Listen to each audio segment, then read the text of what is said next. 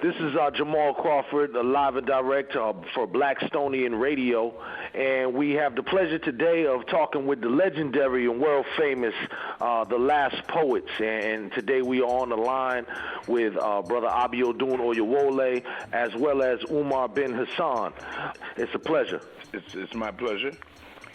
And listen, I'm glad to be here with you, Jamal. You know, on the air in Boston. You know, Massachusetts. We were just up there, man. What doing over the weekend? Yeah, exactly. We were up at Dartmouth. We got lost on the way to Dartmouth of University of Massachusetts. It took us 6.5, almost 7 hours. No, it was 8 hours, Tom. It took us about 8 hours. Come on, man, it took us 3 hours and 15 minutes to get back. Wow. Yeah. And I tell you, that's a good brother that you went there with too, Brother Waleem. He's one of the Blackstonian family. Known him for a good time. Yes. He really is. Man. He's a real good brother. Absolutely. Both of those brothers really. He played his piano. He played his little piano with him. And it was pretty decent because he knew every word or every transition he was gonna make. You know, so he was a nice little group for a minute. He comes from a very strong contingent up here in Boston. The arts scene that was popping that you may be aware of from back at that time in the 70s and whatnot. Right. But up here, you know, people up under Elmer Lewis, and they did the National Center of Afro-American Artists, and they had a very thriving theater company, you know, with Jim Spruill, a New African Theater Company and whatnot. So he comes up from underneath that. So he is very aware, and he is one of the brothers, you know, who's one of my peers, a little bit older. A couple years older than me, but very knowledgeable, very good brother, very solid brother, and I'm glad that you guys had the opportunity to get up there, you know, and really introduce or reintroduce yourselves to that crowd up there, because he's doing some wonderful stuff up there with education and arts and culture. Yes. It was a pleasure, you know, and it's always a pleasure to see black folks moving on, you know, making that advancement, you know, and our sisters are just too beautiful for words. I mean, when I think about all the pain and all the madness that we've been through as a people, and you know, you always want to judge the growth and beauty of your people by your woman. We've got some fantastic sisters, man. I mean, now, my age, and then we got the generation behind that, and the generation that's just coming out of college. I mean, unbelievable, just strong, beautiful looking, and clear about what they want to do with their future. I'm very pleased to see that we got some black folks who are looking forward to going on and doing something positive. The real great thing, though, there was a lot of brothers graduating, man. Because usually when we go to colleges, man, we don't see no brothers nowhere. But this time, there was about 20 brothers graduating. I'm talking about biochemists and electrical engineering. I'm saying the brothers are finally getting it. As they finally get it, that it ain't the streets, it's the suites. So I'm really happy to see brothers like that. And a brother whom we know at Eastern Michigan, Pete, you know what I'm talking about, Pete Melvin Peterson, professor. He's a professor at Eastern Michigan. He went to their graduation last week. And he said, Umar, there's about 40 young black brothers. 48. I count them, 48 young black men graduating. I'm saying, man, I said, Pete, I was just up in we said, I guess the brothers are getting hit now. They know what's understanding. Got to get the education. And he said he hugged all them brothers. He tried to go out and hug all of them. And he said the fathers was up in the balconies talking about, hug them brothers, hug them all. They deserve to be hugged. And I said, that must have been beautiful, Pete. And I guess that was. He said, stop putting, you know. Well, that thing about, you know, the next generation kind of reaching forward are two things. One, in, you know, promoting this show when y'all are coming up here to Boston Saturday, June 16th, on Juneteenth. You know, I ran into a beautiful video clip. I shared this with Abiodun with Baba Tunde and this bad young man on the drums. What's the brother's name? Miguel Russell. Yeah, Umar remembers him. Miguel Russell. That was bad, and that's the type of tradition passing that I'm talking about. And then, too, Abiodun, I would like you to tell our listening audience a little bit about what you do and have been doing for quite a long time, too, at your house in terms of nurturing, you know, young artists from singers to poets and everything else in between. Yeah, well, I had this routine where I would play basketball in the morning, and then I have like my sons. It was usually with my sons and certain friends, and have folks come over and have a little bite to eat. But what happened is one Sunday, I had a young man who came to the Columbia Gym knowing who I was, and he had a poem that he had he just had to have me read it, right then and there. I said, brother, I can't read the poem right now, man. I'm getting ready to play some ball, and so I said, I'll tell you what, after the game, I'll be glad to read the poem. So we played hard too, and he was on my team. We won, but by the time the games were over, he went to get the poem, and it was faded. The ink had merged into the paper, and he was, I thought he was going to cry, man. I mean, he had lost the poem, and so I said, listen, man, I'm going to bring you over to my house. I'm going to let you sit in my chair in my room. And I said, and you're going to remember your poem, man. I said, you're going to remember that poem, and you're going to write. I'm going to give you a pen and paper. You're going to get that poem down. So anyway, I think he got to about 90% of it. But my son, when I was asking my son, I said, how did I ever get started with this open house? He said, Pops, it was when that young man, when he came over. And then every Sunday from then on, I would have some young brothers, and they're mostly brothers, come in with their poetry to share their work, get some feedback on their work. So then I decided, so well, what can I make that would be kind of like a hallmark dish for my Sunday thing? And I remember my mother making croquettes, and I always loved them. So I hadn't really gotten into salmon croquettes, so I said, well, let me try it. So anyway, I got into it. And like my mother says, she says, son, you think people coming for poetry? They're coming for them salmon croquettes. So I mean, I'm making the croquettes.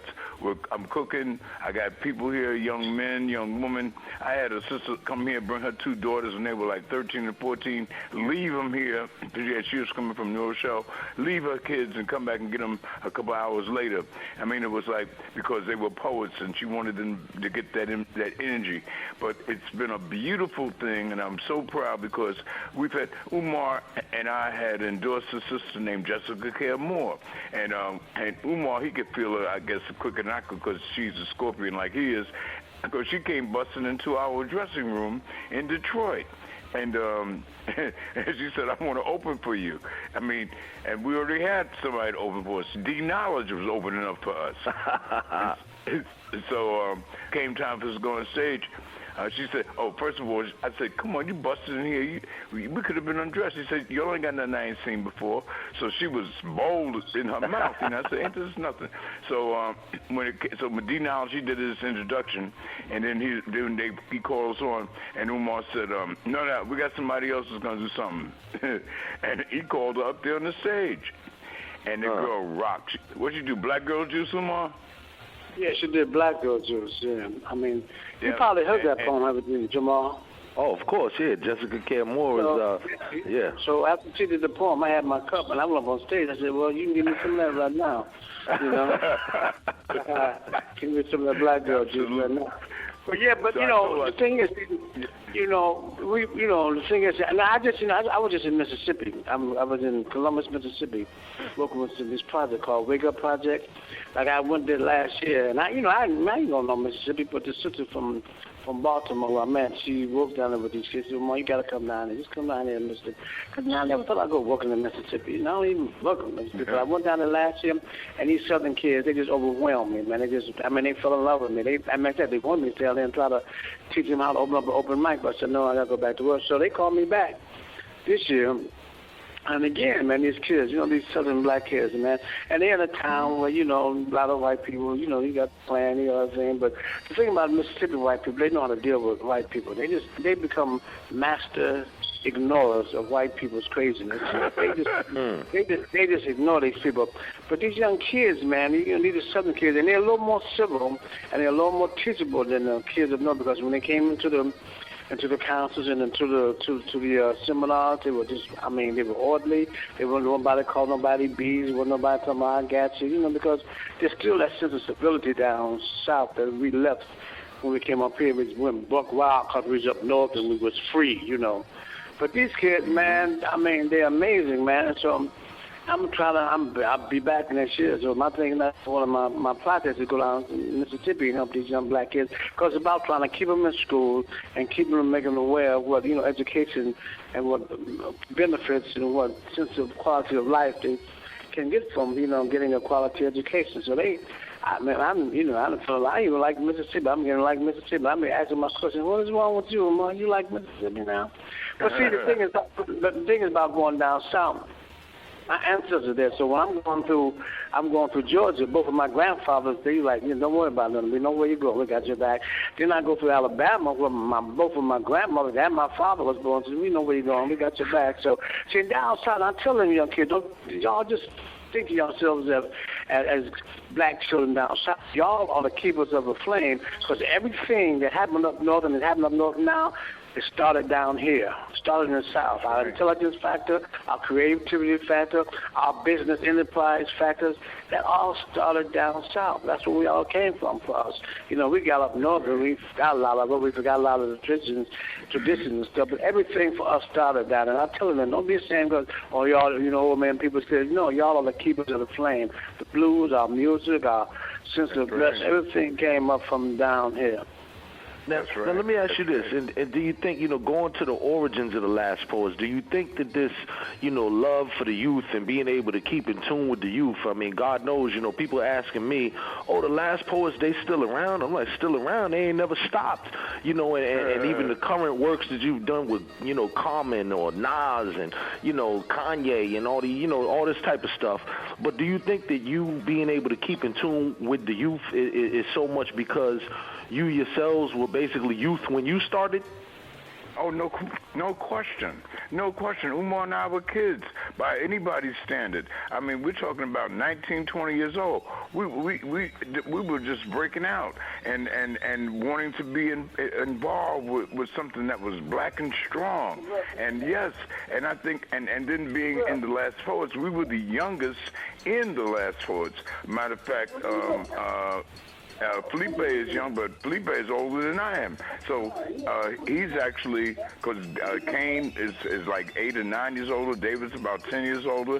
I think I know Suleiman was older. Jalal was older. And Umar and I were definitely the youngest.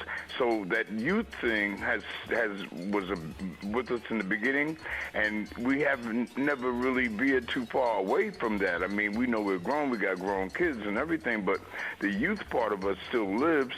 I mean, to the point where, a couple of years ago, we decided we're going to just play some ball, and these young boys down in the park decided to say, all right, I'll take one of the older guys, man. We'll take one. And I said, older guys? No, us against y'all.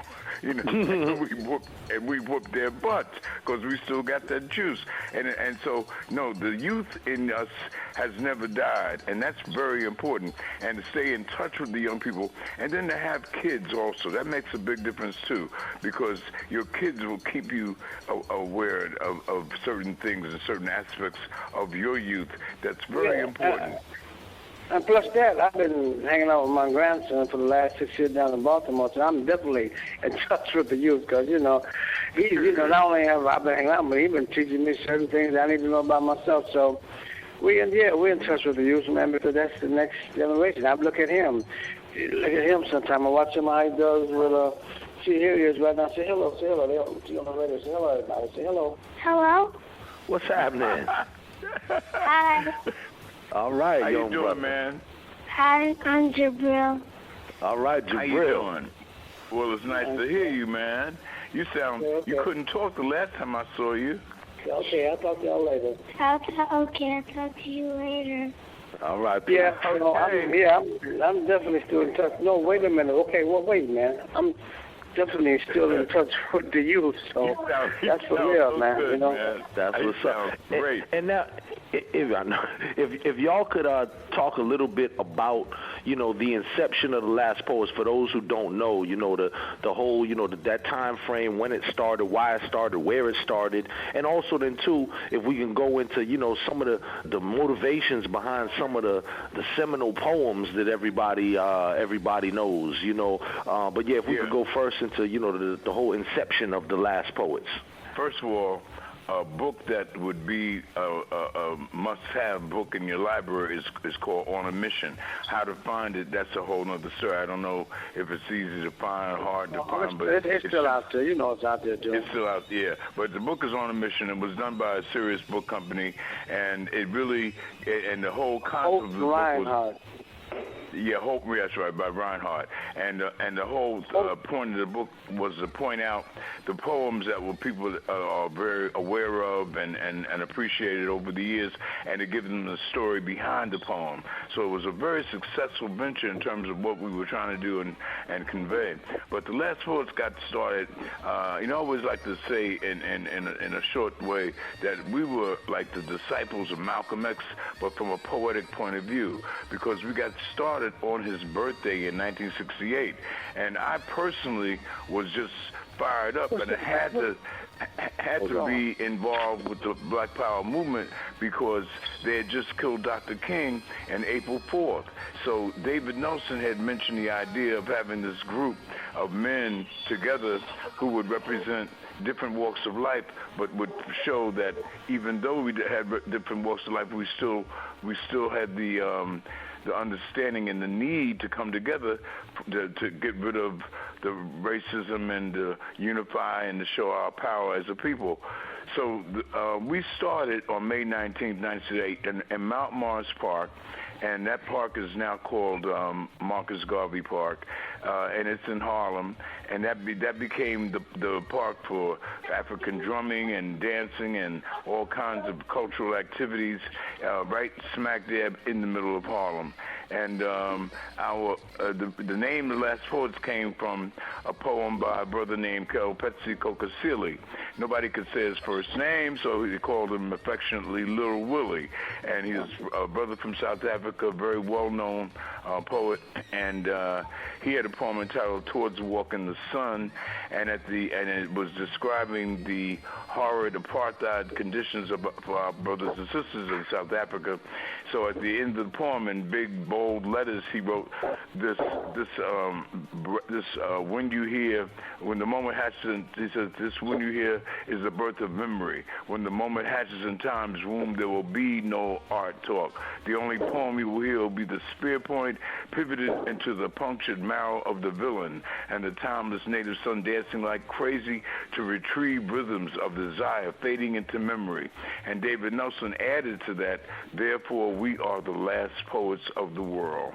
And so now when Umar and I went to South Africa a few years ago, 5, 6 years, I don't know how long ago now, but it was not too long ago, we did a show in Johannesburg, and Kokasili brought us on stage, and everyone in the audience knew that opening that I just said.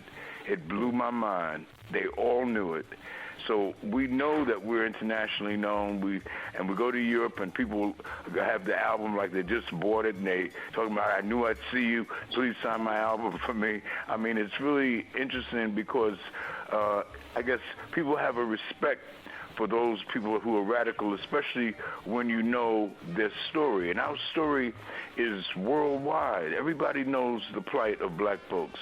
And they, in South Africa, even refer to us as the impossible people, because what we have gone through, it definitely was an impossible feat.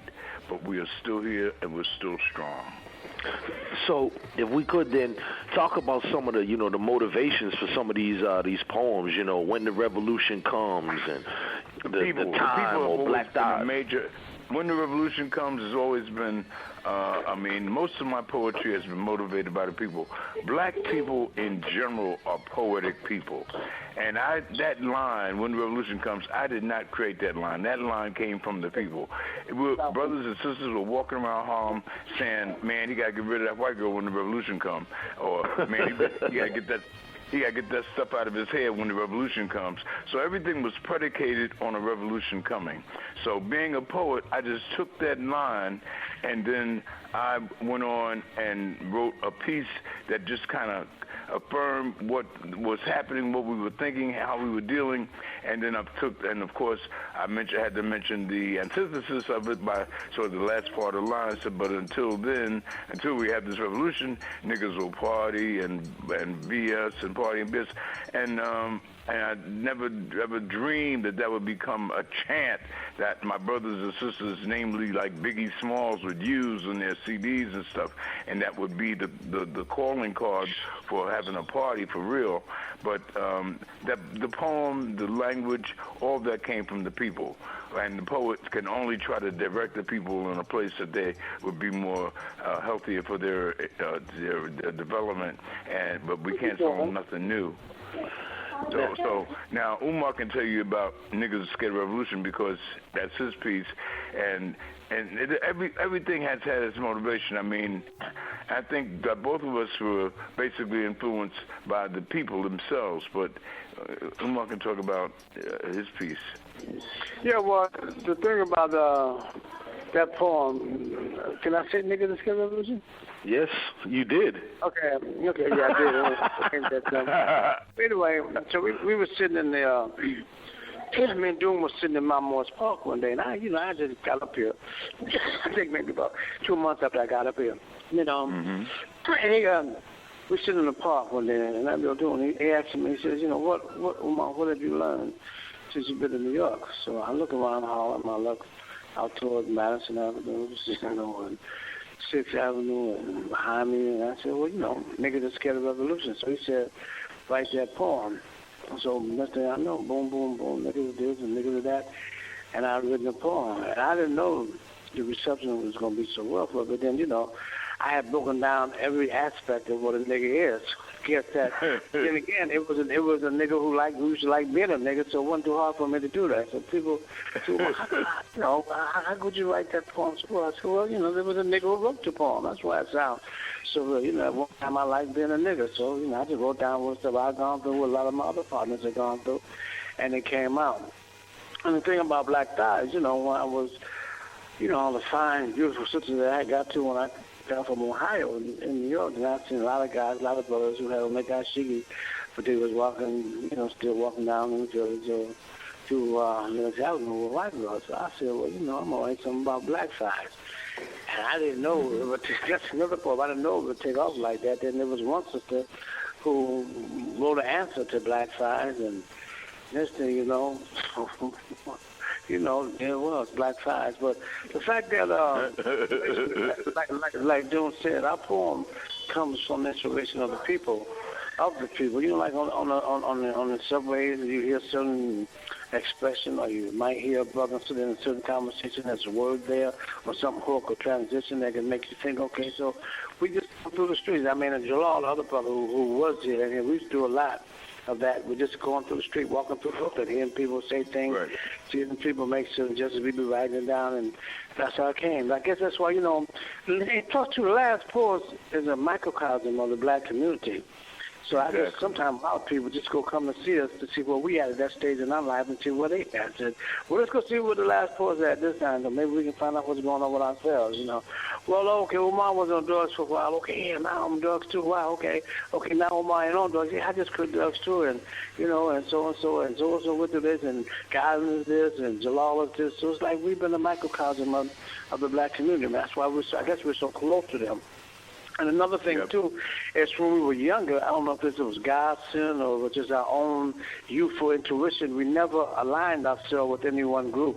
And there were groups who were after us. There were groups who wanted the last poets in their fold because they know how much the people loved us. So whoever got the last poets, would have a really open, hand to the people. So, I mean, like the Nation of Islam, we used to go down to 116th Street bookstore. The brother now Akbar, who was assistant to Louis Farrakhan, his name was Brother Larry Dem. And the brother down there, another brother, Donald, they was always trying to, y'all know y'all belong in the nation. But we didn't let nobody pull us on. Then, of course, the Black Panthers, we was in contact with, Afeni and Deruba and of course my favorite Black Panther, the little brother, the one that died on the shootout. Zayd Shakur. Zayd was always telling. He used to tell me, you got the warrior spirit. You belong in the nation. I mean, you belong in the Panthers. But no, Sutton said, no, we're going to be independent of everybody because if one group comes to ask us to do something, we want to say, yeah, we want to be able to benefit that group and not have to say, well, no, we can't deal with y'all because we don't like y'all's ideology or we don't like y'all philosophy. So we've been doing, and we still do that now, man. We have never, that's something about us. I don't know. This seems like Allah or the gods or whoever we worship just kept us independent, man, so we can always go and relate to other parts of the black community without having any fear or any trepidation of doing so. Right, exactly. Very important. Yeah, but the inspiration primarily for both of our works have come directly from our involvement with the people, our relationship with our people, and our love for our people.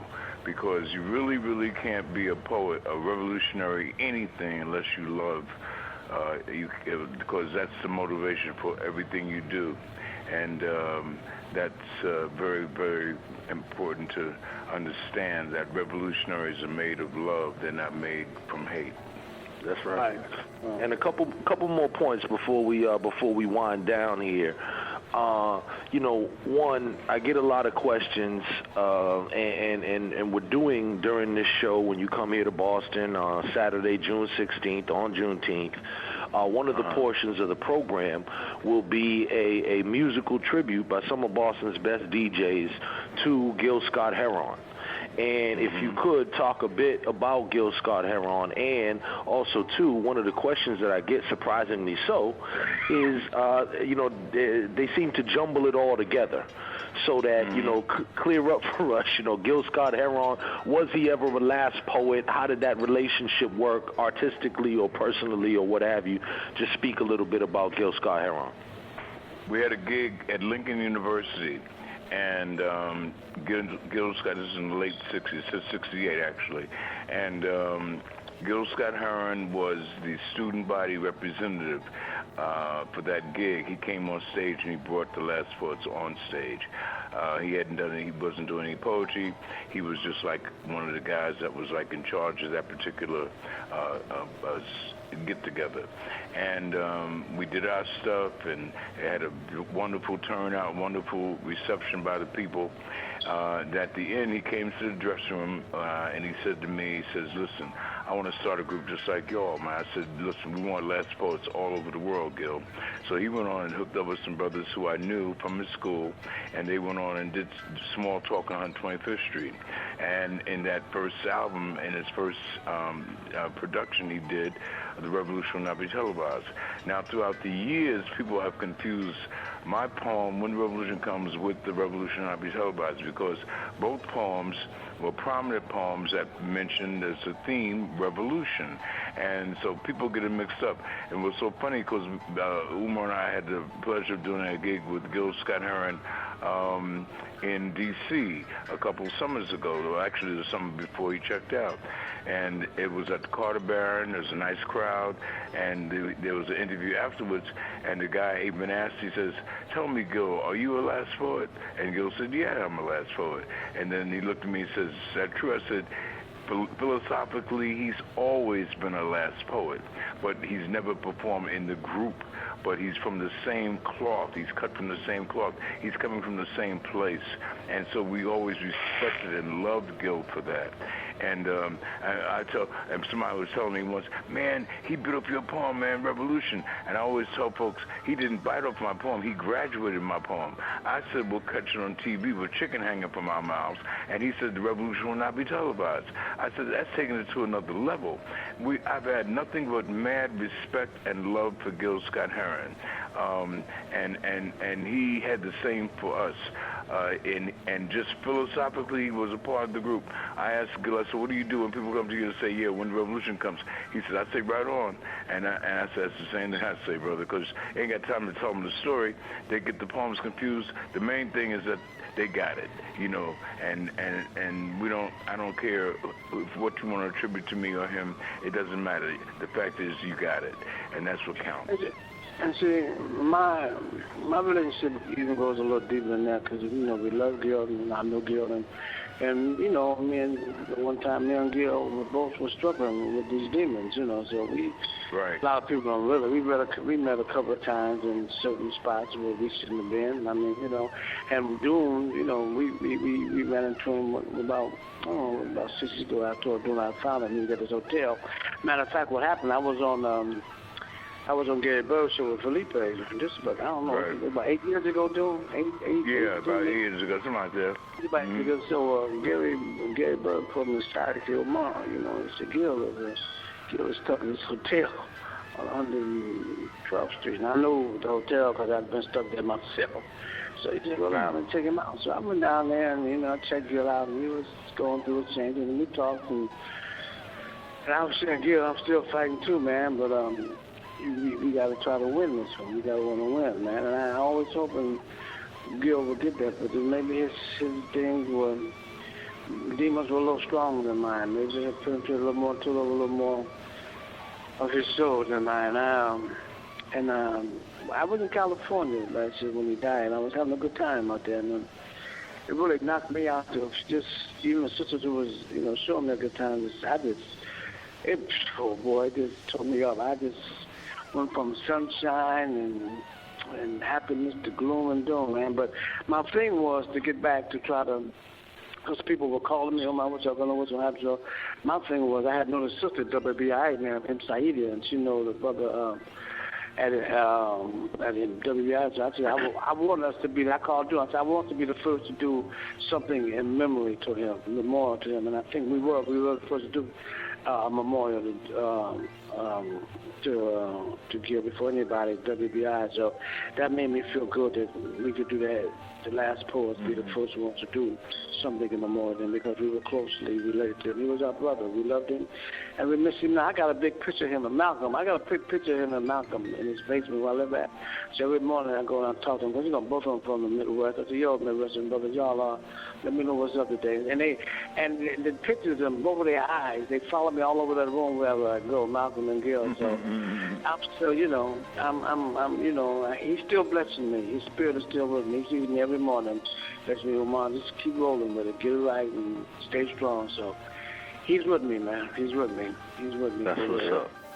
And lastly, I just want to touch on a couple of things of the work you've done recently. We made mention earlier about this wonderful documentary, The Last Poets Made in America, and then also, too, some of the work that you've done with some of the hip-hop generation cats and other people, the Nas's, the Commons, and so on and so forth, more recently. And then as well, too, the tour that Doon was telling me about, with, people. Fire. Exactly, the Tongues on Fire. What's the group now? Harriet Tubman and Living Color and all that. So if you could tell the people a little bit about some of the more current and recent stuff that you've been doing, that'd be great. Yeah, well, as far as working with some of the rap stars, I go back to 1990 still when I first got back. I worked with LOG, the Bulldogs. Oh, what? Boston? Uh-oh. Yeah, that goes way back. We did from Boston? Yeah, he lives around the corner from me. Shout out to Ed OG. Yeah, well, you tell you the thing one time. I forgot the name of the tune, but it was a good little thing. It was a good thing. And of course, Chuck D. I did some stuff with Flavor Flav, and then I've done some things with and Melly Mel. Who? Melly Mel. Oh, Melly, of course, Melly Taylor. Grandmaster Flow Cards. And then, I did some things. I've done, because me and Doon, of course, were common. And then I've done a thing with Styles P about 3 years ago. So, we've, and then Doon just did some, a year ago, Doon? Yeah, about a year ago. Mm-hmm. So we've did these young brothers who come us, and see the whole thing with the Common, but how the Common and the Cotton come young, because first of all they from Chicago, and their mothers and fathers were part of that Black Panther movement then, so they were always listening to our album as young kids. So out of respect, they said, well, we're gonna talk about the corner. Let's go get the Last Poets, because who did more work and who didn't talk more about the corner than the Last Poets. So it came out well, man. Well as it could have been. That thing we was nominated for a Grammy, but they gave it to Black Eyed. Well, we know. I know they don't give it to Black Eyed Peas. That was the Black Eyed Peas. Was it Black Eyed Peas? My love. Yeah, what was it? Black Eyed Peas, right? Yeah, it was Black Eyed Peas. Don't funk with my love. Yeah, it was. Well, it was real corny. I got on Will I Am about that corny madness. I told him. It was corny. So that's my contribution. So I know how they're doing with some of the people whom he's working with. Yeah, but I mean, we have respect for the hip hop generation and all those artists, and we've had a chance to work with them, and they have respect for us. But we've also ostracized and chastised them a lot too for some of the stupid things. Yes, he said absolutely. I mean, they sent me all the way to California to do an article with Cube, and the New York Times paid for this whole thing. They sent me with Sheila Rule, one of the senior editors of New York Times newspaper, and one of our senior black editors. And what the editor was hoping for would be a verbal fight that I would have with Cube on hip hop versus revolutionary poetry. And when we sat around and talked, and he said, I said, well, like, I know they want to discuss why you call sisters bitches, even though I know some sisters who are bitches. He said, that's right. And so we agreed on certain points more than we disagreed. And consequently, the article was a very positive article of a bigger brother talking to his younger brother or a father talking to his son. It wasn't anything antagonistic. And they published it anyway and gave it a lot of play. And but I know that what they wanted to do was create a fight between us and between the two generations. That's not getting it. We're not having fights. When what's his name, Calvin Butts, the pastor of Abyssinia Baptist Church, he got on the radio one time and said that we were going to take some of the CDs by some of the hip-hop artists that were disrespectful to women and to black people, and we're going to crush them in front of, there were cassettes, I think, and crush them in front of the Abyssinia Baptist Church. Now, I never said anything of that sort. And he said, a friend of mine who's the last poet is going to help me do this. Man, I saw him in Harlem in his car, and I was in my car. I cut him off like the police. I got in front of his car and stopped and said, man, don't you ever imply that I'm going to have a fight with these brothers. I said, I may not agree with everything they're saying, but there's a better way for us to handle this. I said, and you're the pastor of Abyssinia Baptist Church. You need to invite them brothers downstairs and have some collard greens and chicken and talk about what they should be concerned about. You should be offering them something as opposed to chastising them because they're only rebelling and they're our kids, and we can't change that. We have to try to help them grow. So it was really we've had a great relationship with the kids.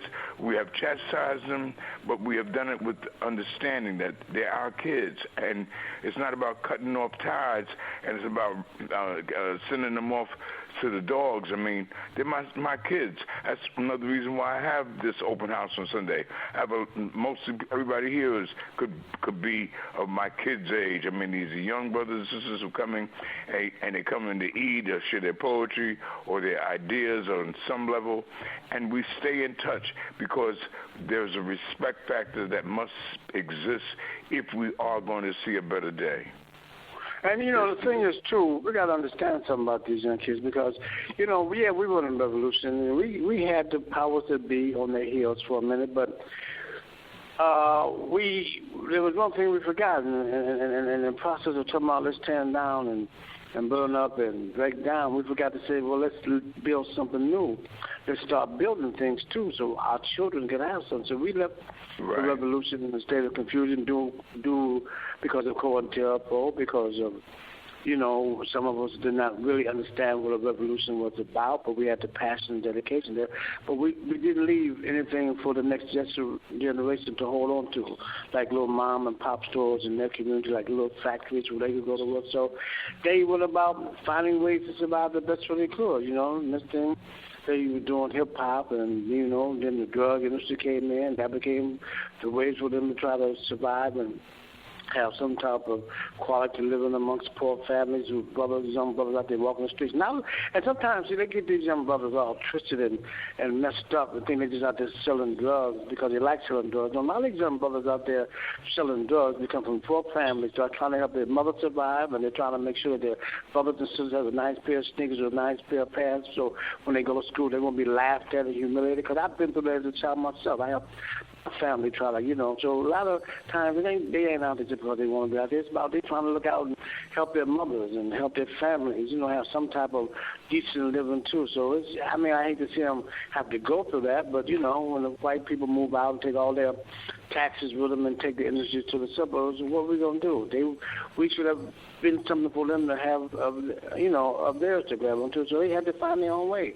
Hip-hop became the industry, nasty, dirty words and this and that, drug dealing became the industry. So we can't be too mad at these kids. We can't be too mad at them what they're doing. I mean, that's what they had to get into in order just to put themselves forward. So sometimes we have to understand. And I always tell people, I see, yeah, man, you be screaming these young kids, like, man, you shouldn't be out selling drugs. You shouldn't be doing that to your community. Yeah, but do you have a factory? Do you have a job for them to go to? Don't get up in these kids' faces, because Britsville, they are in business. They believe they're in business. They believe they are in business, and they're doing something. They're selling something. It may be the worst thing that they can sell, but they believe they're in business. And they figure, and they hope, and they think that you should try to respect that, and they can really hurt you behind that, thinking you disrespect them because they're just trying to survive. So we got to be, because as we've constantly repeated on this station, these are our children. You got to be the way we deal with them. Now here I'm in Baltimore. And everybody know that Baltimore's a drug culture. Whatever. When I first got here 6 years ago, there was little boys who would be coming down this alley. And I went, and my thing was, it's about my grandson. All my grandsons, nobody's selling drugs. So I would go over to them, and I would talk. I said, listen, partners, I know y'all in business. I know y'all trying to do the best y'all can, but I got a grandson over there, and I just don't want a whole lot of junkies hanging on his porch or, not in the street. And they would say, Pops, we appreciate that. We respect how you approached us, man. We understand. So a couple of days they walked away. You gotta even like I say, you may not like some of the stupid things they are into. You still have to show them a little respect because they're trying to survive the best way that they can. Absolutely. Yes, sir. Yes, sir.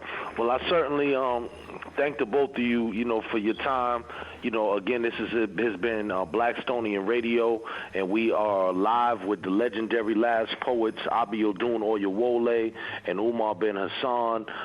Thank you, brothers, for your time, and we will see you here live in Boston, dropping it like it's hot with all the hits that everybody knows and loves on Saturday, June 16th, which is, of course, Juneteenth, at Hibernian Hall right here in Roxbury down Dudley Square. And everybody by this point knows where to get the tickets, all the locations, and check us out online, blackstonian.com/thelastpoets. And before we leave here, any final words or shout-outs you want to do to anybody here in the Boston community before we take off? Yeah, well, I was talking about that little story I should have at Northeastern University. If you're still up there, come see me. I know we're a little older now, but just to see how you're doing. To see how you're doing. So yeah. All right, that's my shout out. All I want to say is that I hope the brothers and sisters come out with love in their hearts, and let's share and spread some black joy. Okay. And we want to thank you too, Jamal. Thank you, Jamal, for the opportunity, man, to put us on the air. Yeah, thank you very much, Jamal, for jumping on the case and being a real brother and hooking us up and doing it properly. Thank you very much. Yes, sir. Well, I love it, and I look forward to seeing y'all on Saturday, Juneteenth, and we will eat some good food and have a good show, and the people of Boston are ready to receive y'all, and there'll be a lot of blessings here. Everybody is really looking forward to it. The buzz in town is great, and I can't wait to see y'all here on that Saturday, June 16th. All right, man. All right. Peace and looking forward to it. All right, peace, take care, Joe. All right. Peace, man. All right, man. Peace, man. Legendary and world-famous group, The Last Poets, performing live in Boston on Juneteenth. Jones coming down! Saturday, June 16th, 2012, at the Hibernian Hall in Dudley Square in Roxbury. 9 p.m., 21 plus. That's right. I love you. The legendary Last Poets, Babatunde Don E. Abiodun Oyewole. When revolution comes, some of us will probably catch you on TV with chicken hanging from our mouths. You'll know it's revolution because there won't be no commercial. And Umar bin Hassan. Time is running and passing and running and passing and running. Tickets available at these fine locations: Anubian Notion, Everything is Real Barbershop, Frugal Bookstore, Back to the Root, Peace Market, Family O, Skippy White's, Got Soul, and United Global, headquarters of the National Action Network. Y'all at all better get right, because it might not be no next time.